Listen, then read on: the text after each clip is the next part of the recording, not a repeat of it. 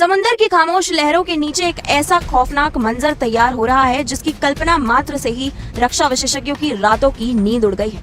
एक तरफ वो पाकिस्तान है जो दाने दाने को मोहताज है, जिसकी अर्थव्यवस्था आईसीयू में है, लेकिन जब बात भारत के खिलाफ साजिश रचने की आती है तो इसके पास अरबों डॉलर ना जाने कहां से आ जाते हैं। सबसे बड़ी और सनसनीखेज खबर ये है कि चीन ने पाकिस्तान को हैंगोर क्लास की वो पहली पनडुब्बी सौंप दी है जिसे समंदर का अदृश्य राक्षस कहा जा रहा है। सान्या के नेवल बेस पर जब ये सौदा मुकम्मल हुआ तो दुनिया ने देखा कि किसी ड्रैगन अपने छोटे भाई को भारत के खिलाफ दांत और नाखून दे रहा है। ये सिर्फ एक सबमरीन की डिलीवरी नहीं है, बल्कि हिंद महासागर के सीने पर एक ऐसा जख्म देने की तैयारी है जिसकी गूंज दशकों तक सुनाई देगी। चीन ने कसम खाई है कि वो पाकिस्तान को ऐसी 8 पनडुब्बियां देगा और सबसे बड़ी बात यह है कि इनमें से 4 तो सीधे कराची के शिपयार्ड में बनेंगी। ये सबसे इम्पोर्टेंट बात है, जो कराची के शिपयार्ड में बनेंगी, यानी पाकिस्तान को टेक्नोलॉजी ट्रांसफ़र की जा रही है। यानी इन फ्यूचर अगर पाकिस्तान को ज़रूरत पड़े तो पाकिस्तान खुद से भी ये बना सकता है, टेक्नोलॉजी पूरी शिफ्ट करेगा चाइना। बिल्कुल उसी तरह जिस तरह JF-17 थंडर की टेक्नोलॉजी पाकिस्तान को शिफ्ट की गई। हालांकि चाइना की अपनी जो उनकी एयरफोर्स है उसमें JF-17 इंडक्ट नहीं है।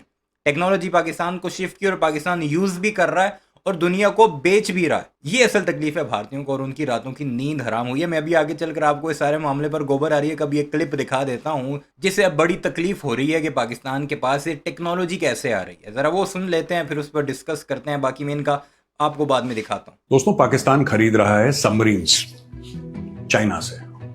अच्छा, यही गलती बांग्लादेश ने भी करी थी कि they bought some corvettes and some missile boats बहुत पहले।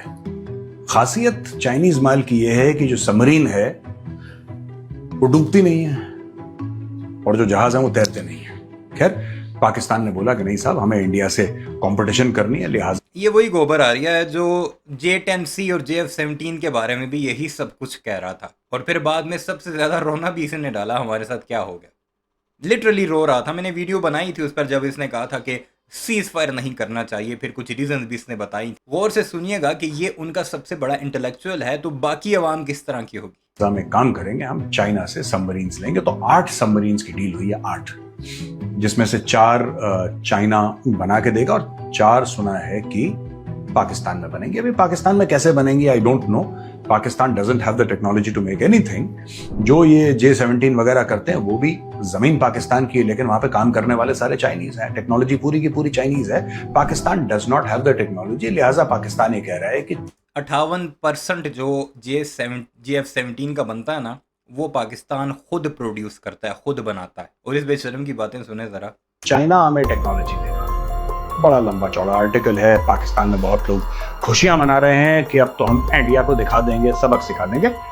ठीक है, आप सबक सिखा देना जब आपको मौका लगेगा, नो प्रॉब्लम। मेरे सवाल हैं पाकिस्तानियों से, इनफैक्ट 2 सवाल हैं, मैंने लिख रखे हैं कि भाई एक बात बताइए। पहला सवाल ये है कि कितने की हैं ये सबमरीन्स? ये बहुत अहम सवाल है क्योंकि चाइना ये अपने बाप को मुफ्त में कुछ न दे। तो Chinese are very hard nosed businessman and I say this with deep respect. I have been to China, I have worked alongside the Chinese. मैं 2-3 बार गया हूं चाइना और मैं ज्यादा बार गया हूं। ये सवाल इस बेशरम को राफेल की उस डील पर करना चाहिए जो रीसेंट कर रहा है इंडिया। इसमें 114 जहाज खरीदने हैं और मार्केट से भी बहुत महंगे दामों विदाउट सोर्स को। ये सवाल इस बेशरम को उस वक्त मोदी से करना चाहिए था, क्योंकि ये इनका एनालिस्ट है। अब एनालिस्ट का काम है जहाँ पर गड़बड़ देखे वहाँ पर सवाल पूछे। इस जाहिल को उस वक्त सवाल करना चाहिए था जब मोदी ने 70 के बजाय 36 जहाज खरीदे थे और पहला जो कांग्रेस के टाइम का एग्रीमेंट था उसमें टेक्नोलॉजी ट्रांसफर भी थी, सोर्स कोड भी था।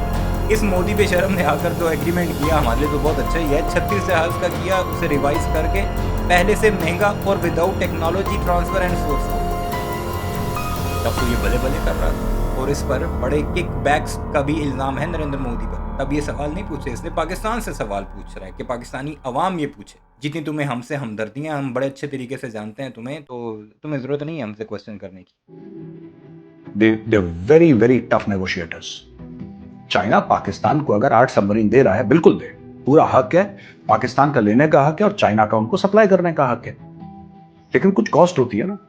जैसे हम अगर TKMS को ऑर्डर दे रहे हैं, थाइसन ग्रुप मरीन सिस्टम्स को ऑर्डर दे रहे हैं, तो भारत ने मीडिया में डिक्लेयर करा, डिफेंस मिनिस्ट्री ने, कि साहब 70,000 करोड़ का ऑर्डर है। अगर हम 114 राफेल खरीद रहे हैं तो वो 40 अरब डॉलर का एक ऑर्डर है। ये कितने का है ऑर्डर?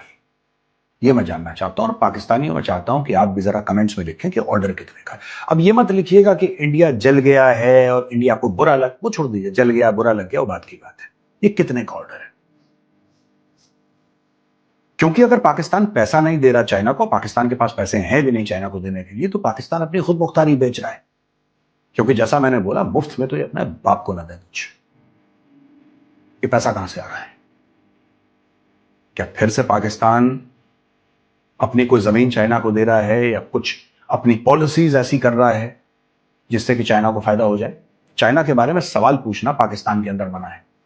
पाकिस्तानी मीडिया अमेरिका के बारे में सवाल पूछ सकता है, यूएई के बारे में सवाल पूछ सकता है, सऊदी अरब के बारे में पूछ सकता है। एक हफ्ते पहले ये बेशरम ये कह रहा था कि पाकिस्तानियों ने डिच कर दिया चाइना को। पाकिस्तानी धोखेबाज हैं जी, हर एक को धोखा देते हैं। चीन को भी धोखा दे दिया पाकिस्तान ने। क्यों दे दिया धोखा जी?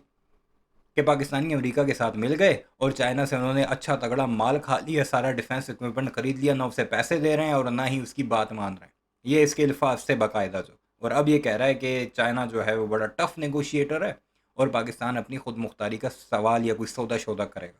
सबसे मेन बात जो है, इस बेशरम को पाकिस्तानियों की इतनी फिक्र कब से होने लगी? पाकिस्तानियों को तो ये गालियाँ देता है। ये इनके पैंतरे होते हैं मीडिया में, ये ट्विस्ट होते हैं इनके, पाकिस्तानियों को पाकिस्तानियों ही के अगेंस्ट करना। और इसमें इसने कामयाब तो होना नहीं है, क्योंकि पाकिस्तानी भी इसकी असलियत अच्छे तरीके से जानते हैं और हम भी आपको बताते ही रहते हैं इनकी असलियत। खैर, बाकियों की सुनते हैं वो इस सारे एग्रीमेंट पर क्या कुछ कह रहे हैं, कुछ एक चंक वो भी देख लीजिए। यानी अब पाकिस्तान की धरती पर चीन अपनी मौत की फैक्ट्री शिफ्ट कर रहा है। अब जरा इस पनडुब्बी की ताकत को गहराई से समझिए, तब आपको अंदाजा होगा कि भारत की टेंशन क्यों बढ़ रही है। दोस्तों, चाइना की जो पॉलिसी है ना भारत को घेरने की, वो लगातार चारों ओर से इस टाइम बहुत मजबूती से चल रही है। अफगानिस्तान हो या पाकिस्तान हो, श्रीलंका हो, मालदीव्स हो, बांग्लादेश हो, म्यांमार हो, नेपाल हो, तो ये क्या कहते हैं ना कि जो स्ट्रिंग ऑफ पर्ल्स पॉलिसी जो उसकी होती है, स्ट्रिंग ऑफ पर्ल्स मतलब मोतियों की माला, तो ये स्ट्रिंग ऑफ पर्ल्स पॉलिसी जो है ना, इसने एक्चुअली देखा जाए तो भारत को बहुत परेशान किया है। उसका रीजन ये है कि एक एक करके सभी पड़ोसी जो होते हैं ना, वो चाइना के इस समय दोस्त बन चुके हैं या उसके फेवर वाले बन चुके हैं। अभी जिस स्पीड से खासतौर से पाकिस्तान की नेवी को और एयरफोर्स को चाइना जो इक्विप कर रहा है, उसकी जो पेस है, जो गति है, जो स्पीड है, वो बहुत सारे लोगों को परेशान कर रही है। क्योंकि चाइना की जो पेस है ना, वही एक ऐसी चीज है जो इतनी तेज गति है कि जहां अमेरिका सपोज करो कि साल में 5 शिप बनाता है जो कमर्शियल शिप्स हैं, तो चाइना 1000 शिप्स एक साल में बनाता है, जबकि कोरिया जैसा कंट्री मुश्किल से 100-150 बना पाता है।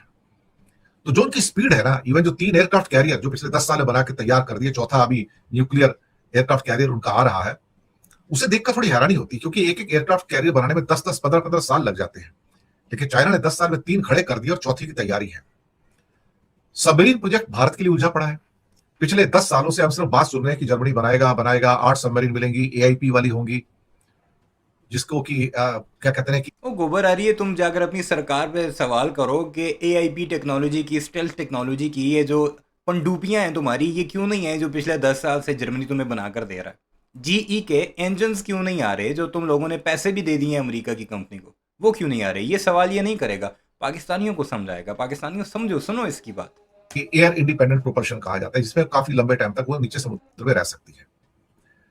और चाइना ने 4 जो सबमरीन थी वो उनको हैंडओवर कर दी पाकिस्तान को, इतनी जल्दी बना के, और 4 और बना के 2032 तक वो पूरा हो जाएगा। हिंद महासागर की गहराइयों में अब पाकिस्तान की ताकत और बढ़ गई है, क्योंकि चीन ने पाकिस्तान को हैंगूर क्लास की मॉडर्न सबमरीन सौंप दी है। दोस्तों, ये सिर्फ एक डील नहीं, बल्कि हिंद महासागर में शक्ति संतुलन बदलने की एक बड़ी चाल है। यह सबमरीन पाकिस्तान की समुद्री सुरक्षा को नई मजबूती देगी और क्षेत्रीय शक्ति संतुलन बनाए रखेगी। दरअसल पाकिस्तान और चीन के बीच 8 हैंगूर क्लास सबमरीन्स का समझौता हुआ है।